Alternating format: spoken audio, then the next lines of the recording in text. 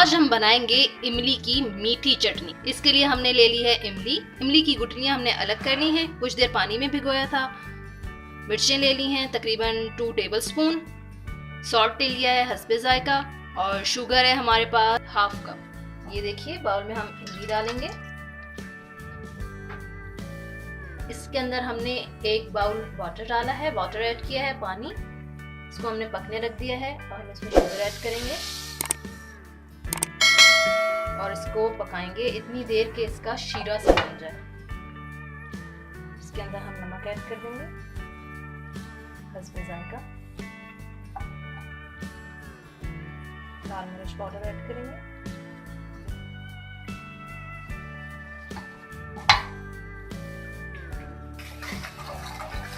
इसको हम चलाते जाएंगे, इसका शीरा बन जाएगा। 2-3 जोश आएंगे।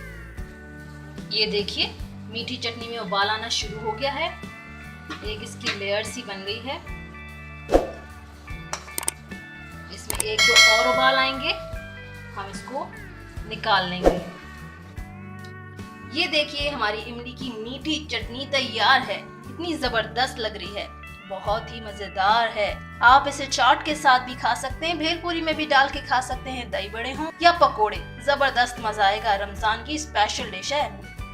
इमली की मीठी चटनी को हम सेव कर सकते हैं तकरीबन 1 महीना, इससे भी ज्यादा कर सकते हैं लेकिन 1 महीना ज्यादा बेहतर है। हमें लाइक करें, कमेंट करें, शेयर करें और सब्सक्राइब करें। हैप्पी ससुराली किचन।